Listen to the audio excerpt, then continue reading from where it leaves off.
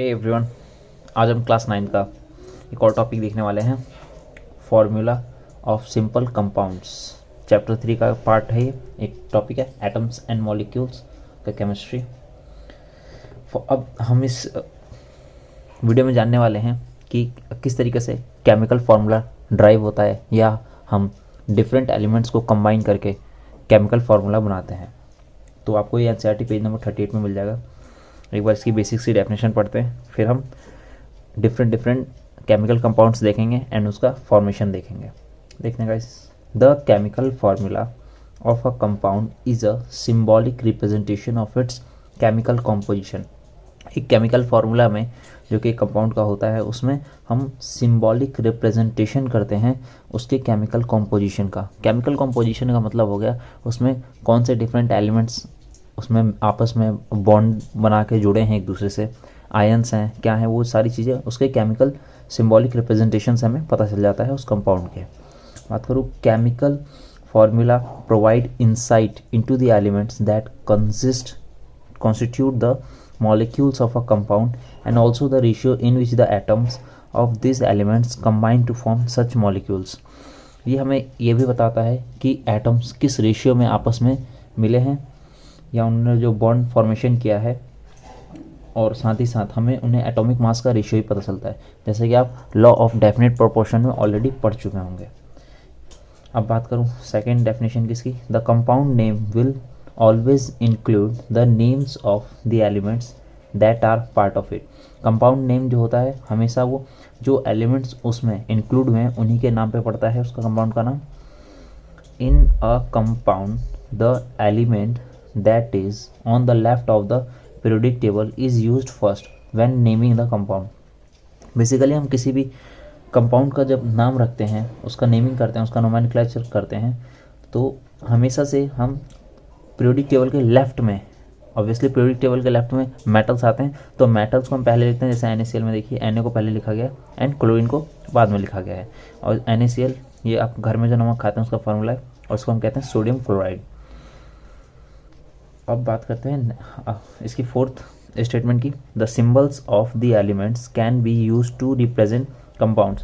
हम सिंबल्स के जरिए कंपाउंड्स में एलिमेंट्स के नाम को रिप्रेजेंट करते हैं, like FeS ferrous sulphide, NaCl sodium chloride, KBr potassium bromide and H2O water. अब कंपाउंड में कंटेन आयंस, एक कंपाउंड के अंदर आयंस भी हो सकते हैं। An ion is an atom that has lost और गेन्ड इलेक्ट्रॉन्स। एक आयन क्या होता है, आयन एक चार्ज स्पीसीज होता है जिसने इलेक्ट्रॉन या तो लूज़ किया हो या गेन किया हो। लाइक यहाँ पे हाइड्रोजन ने एक इलेक्ट्रॉन लूज़ किया है H+, पोटेशियम ने एक इलेक्ट्रॉन लूज़ किया है K+ बन चुका है, Cu कॉपर ने एक इलेक्ट्रॉन लूज़ किया है Cu+ बना है।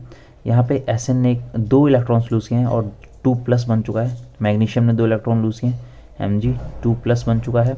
NH4+ ये एक अमोनियम आयन है, इसने 1 इलेक्ट्रॉन लूज़ किया है। बात करूँ लेड ने 2 इलेक्ट्रॉन लूज़ किए, Pb+2 बना है। फेरस Fe ने 2 इलेक्ट्रॉन लूज़ किए हैं Fe2+। दैन लिथियम ने 1 इलेक्ट्रॉन लूज़ किया Li+। जिंक ने 2 इलेक्ट्रॉन लॉस किया Zn+2 and then finally Fe ने 3 इलेक्ट्रॉन लॉस करके Fe+3 बना है। तो ये तो गाइस एक बेसिक सी डेफिनेशन थी। अब हम एक्चुअल कंपाउंड्स देखते हैं। अब मैं आपको एनसीईआरटी में आने वाले जितने भी कंपाउंड्स हैं बेसिक, वो सारे मैं आपको इस वीडियो के ज़रिए डिलीवर कर दूंगा। Just be focused.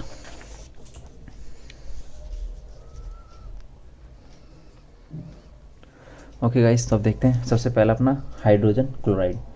अब हाइड्रोजन क्लोराइड आपको ये करने के लिए बस आपको आयोनिक चार्ट को अच्छे से, आयोनिक टेबल को अच्छे से पढ़ना होगा। हर एक एलिमेंट की, मेटल, नॉन मेटल या मेटलॉइड की आपको वैलेंसी पता होना चाहिए। लाइक जैसे कि मैंने हाइड्रोजन क्लोराइड, अब यहाँ पे आप ध्यान से देखेंगे तो हाइड्रोजन की वैलेंसी कितनी होती है, 1 होती है एंड क्लोरीन की 1 होती है। आप कभी भी जब भी केमिकल कंपाउंड बनाएंगे तो बस आपको ये याद रखना है कि फर्स्ट एलिमेंट की जो वैलेंसी है वो उसके दूसरे एलिमेंट से मल्टीप्लाई होगी और दूसरे एलिमेंट की जो वैलेंसी होगी वो फर्स्ट एलिमेंट से मल्टीप्लाई होगी। और इसी तरीके से पूरे चैप्टर के दौरान केमिकल फार्मूला बनाया जाएगा या बनेगा। हाइड्रोजन क्लोराइड की बात करूँ तो हाइड्रोजन की वैलेंसी 1, क्लोरीन की वैलेंसी भी 1।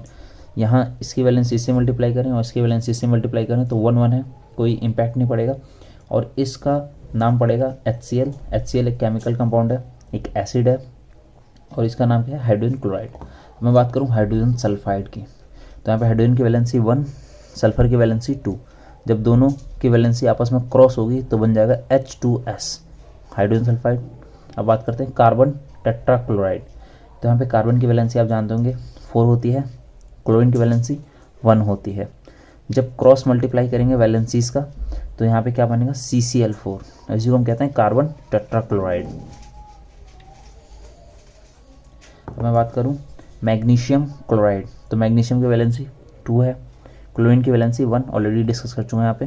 तो क्रॉस करेंगे तो Mg, और यहाँ पे जब 2 इधर मल्टीप्लाई होगा तो Cl2, मैग्नीशियम क्लोराइड कह सकते हैं, या इसे कह सकते हैं मैग्नीशियम डाइक्लोराइड। अब बात करूँ एल्यूमिनियम ऑक्साइड। एल्यूमिनियम एक मेटल है, 3 वैलेंसी इसकी होती है, ऑक्सीजन 2।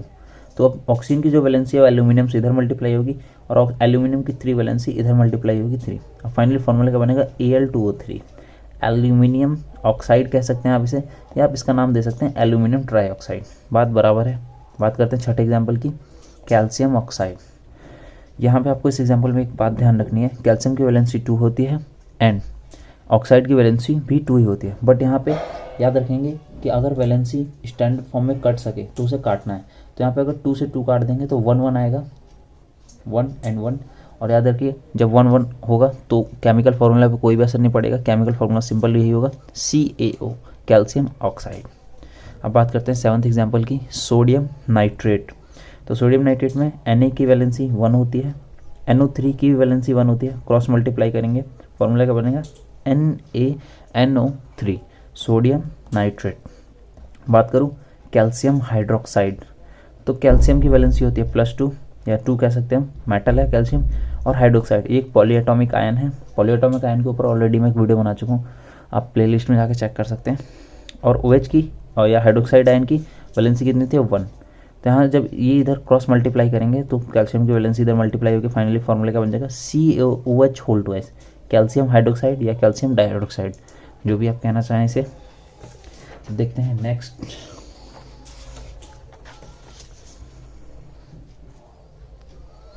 अब गाइस आगे बढ़ते हैं, 9th एग्जाम्पल है सोडियम कार्बोनेट। तो सोडियम की वैलेंसी 1 होती है, कार्बोनेट की वैलेंसी 2 होती है। तो जब हम यहाँ पे क्रॉस मल्टीप्लाई करेंगे दोबारा तो फॉर्मूला क्या बनेगा, Na2CO3, सोडियम कार्बोनेट। अब यहाँ पे देखें ammonium sulphate, ammonium NH4, ammonium 1 valency है, सल्फेट की वैलेंसी 2, फिर से क्रॉस मल्टीप्लाई करेंगे NH4 whole twice SO4 means ammonium sulphate. अब बात करते हैं सोडियम ऑक्साइड। तो Na की वैलेंसी ऑलरेडी देख चुका 1, और ऑक्सीजन की वैलेंसी 2 होती है, ये 2 इधर क्रॉस जाएगा और ये 1 इधर क्रॉस, फाइनली फॉर्मूला क्या बनेगा, Na2, सोडियम ऑक्साइड। अब बात करूँ एल्यूमिनियम क्लोराइड। तो एल्यूमिनियम की वैलेंसी अभी हमने देखी थी 3 होती है, और क्लोरीन की वैलेंसी 1, क्लोरीन एक नॉन मेटल, एल्यूमिनियम एक मेटल। तो फाइनली क्रॉस होके फाइनली फॉर्मूला क्या बनेगा, AlCl3, एल्यूमिनियम ट्राईक्लोराइड, या एल्यूमिनियम क्लोराइड भी आप बेसिकली कह सकते हैं इसे। 13th example sodium sulphide. Sodium की वैलेंसी 1, सल्फर की वैलेंसी 2, फिर से क्रॉस करेंगे फॉर्मूला क्या बनेगा, Na2S, सोडियम सल्फाइड। अब देखते हैं मैग्नीशियम हाइड्रोक्साइड। मैग्नीशियम की वैलेंसी 2 और OH की वैलेंसी, हाइड्रोक्साइड की वैलेंसी 1, फॉर्मूला क्या बनेगा, MgOH2, मैग्नीशियम हाइड्रोक्साइड। आगे बढ़ते हैं एल्यूमिनियम सल्फेट। एल्यूमिनियम की वैलेंसी अभी हमने देखी थी ऊपर, यहाँ पे 3 है, तो यहाँ वैलेंसी सेम रहेगी 3। सल्फेट की वैलेंसी 2, क्रॉस मल्टीप्लाई करेंगे तो सल्फेट की वैलेंसी इधर क्रॉस होगी और एल्यूमिनियम की इधर क्रॉस, फॉर्मूला बनेगा Al2SO4 whole thrice. Aluminium sulphate भी कह सकते हैं, एल्यूमिनियम ट्राईसल्फेट भी कह सकते हैं। अब बात करते हैं कैल्शियम क्लोराइड की। कैल्शियम की वैलेंसी 2 एंड क्लोराइड की वैलेंसी 1, क्रॉस करेंगे फिर से बनेगा फॉर्मूला CaCl2, कैल्शियम क्लोराइड या कैल्शियम डाइक्लोराइड। अब देखते हैं 17th एग्जाम्पल पोटेशियम सल्फेट है। तो पोटेशियम की वैलेंसी 1, सल्फेट की वैलेंसी 2, क्रॉस करेंगे K2SO4, पोटेशियम सल्फेट, इसका क्या बन जाएगा गाइस, फॉर्मूला। अब बात करते हैं 18th example potassium nitrate. Potassium की अभी हमने वैलेंसी देखी थी 1, तो 1 है, नाइट्रेट की वैलेंसी 1 होती है, क्रॉस करेंगे KNO3, पोटेशियम नाइट्रेट। और एग्जांपल्स भी हैं, देखते हैं गाइस। इसमें मैंने एनसीईआरटी के सारे एग्जांपल, सारे केमिकल फार्मूले लिए हुए हैं, तो अगर आप एक बार वीडियो कंप्लीट देख लेते हैं देन आपको एनसीईआरटी देखने की भी ज़रूरत नहीं पड़ेगी। केमिकल फार्मूले में कभी आपको दिक्कत नहीं आएगी 9th क्लास के एनसीईआरटी में। बात करते हैं 19th एग्जाम्पल की, कैल्शियम कार्बोनेट। तो कैल्शियम की वैलेंसी 2, कार्बोनेट की वैलेंसी भी 2। फिर से जैसे मैंने बताया था स्टैंडर्ड फॉर्म में रेशियो है, ये कट जाएगा, 1-1 आएगा दोनों जगह। फिर से क्रॉस करेंगे तो फार्मूला ये बनेगा CaCO3, कैल्शियम कार्बोनेट। अब देखते हैं guys copper nitrate, 20th example, copper metal, nitrate एक पॉलीएटॉमिक आयन है। कॉपर की वैलेंसी 2, नाइट्रेट की वैलेंसी 1। फाइनली फार्मूला क्या बनेगा CuNO3 होल ट्वाइस। अब बात करते हैं guys quick lime, calcium. Quick lime actually में एक जनरल नेम है, इसका केमिकल नेम आप देखेंगे तो इसका केमिकल नेम होता है कैल्शियम ऑक्साइड। और कैल्शियम ऑक्साइड हम ऑलरेडी पीछे भी देख चुके हैं, कैल्शियम की फिर भी मैंने यहाँ पर लिख दिया था। कैल्शियम की वैलेंसी 2, ऑक्सीजन की वैलेंसी 2। फिर से ये दोनों स्टैंडर्ड फॉर्म में आप लेके आएंगे तो 1-1 आ जाएगा। एंड फाइनली फार्मूला वापस से वही बन जाएगा CaO, कैल्शियम ऑक्साइड। अब देखते हैं हाइड्रोजन ब्रोमाइड। हाइड्रोजन की वैलेंसी 1, ब्रोमीन एक 17th ग्रुप नॉन मेटल है, वैलेंसी 1, क्रॉस करेंगे 1-1 HBr, हाइड्रोजन ब्रोमाइड। अब देखें 23rd एग्जाम्पल, बेकिंग पाउडर। ये भी एक जनरल नेम है, इसका जब केमिकल नेम देखेंगे तो सोडियम हाइड्रोजन कार्बोनेट होता है। और यहाँ पे सोडियम क्या है, मेटल, 1 वैलेंसी है। हाइड्रोजन कार्बोनेट पॉलीएटॉमिक आयन है, फिर से इसका वैलेंसी क्या है 1, क्रॉस करेंगे फॉर्मूला का बनेगा NaHCO3, sodium hydrogen carbonate. Then देखते हैं मैग्नीशियम ऑक्साइड MgO। देखते हैं गाइस Mg वैलेंसी +2, क्या कह सकते हैं 2, मैग्नीशियम की मेटल है, ऑक्सीजन की वैलेंसी भी 2। फिर से यहाँ पे ये दोनों सेम नंबर है, कट जाएंगे और 1-1 आ जाएगा। और इसका फॉर्मूला क्या बनेगा सिंपल सा MgO, मैग्नीशियम ऑक्साइड। अब देखते हैं guys 25th example, aluminium phosphate. यहाँ पे एल्यूमिनियम की वैलेंसी होती है 3 एंड फॉस्फेट की वैलेंसी भी होती है 3। फिर से आप जानते होंगे ये स्टैंडर्ड फॉर्म में जब आप करेंगे इसे काट देंगे, 3 से 3 कट जाएगा, 1-1 आएगा। और फाइनली फार्मूला क्या बनेगा AlPO4, एल्यूमिनियम फॉस्फेट। अब मैं बात करूँगा इस अमोनियम क्लोराइड की, तो अमोनियम NH4 वैलेंसी 1 और क्लोरीन की वैलेंसी भी 1, क्रॉस करेंगे NH4Cl, अमोनियम क्लोराइड इसका फार्मूला बन जाएगा। तो ये था गाइस आज के लिए टोटल हमने 26 एग्जाम्पल्स के आसपास किए हैं और ये एनसीईआरटी के सारे एग्जाम्पल्स हैं। अगर आप इसके अलावा भी और थोड़े एडवांस एग्जाम्पल चाहते हैं तो आप मुझे नीचे कमेंट सेक्शन में बता दीजिएगा, मैं इसके रिगार्डिंग एक और वीडियो ले आऊँगा। Thank you for being here, thanks for watching.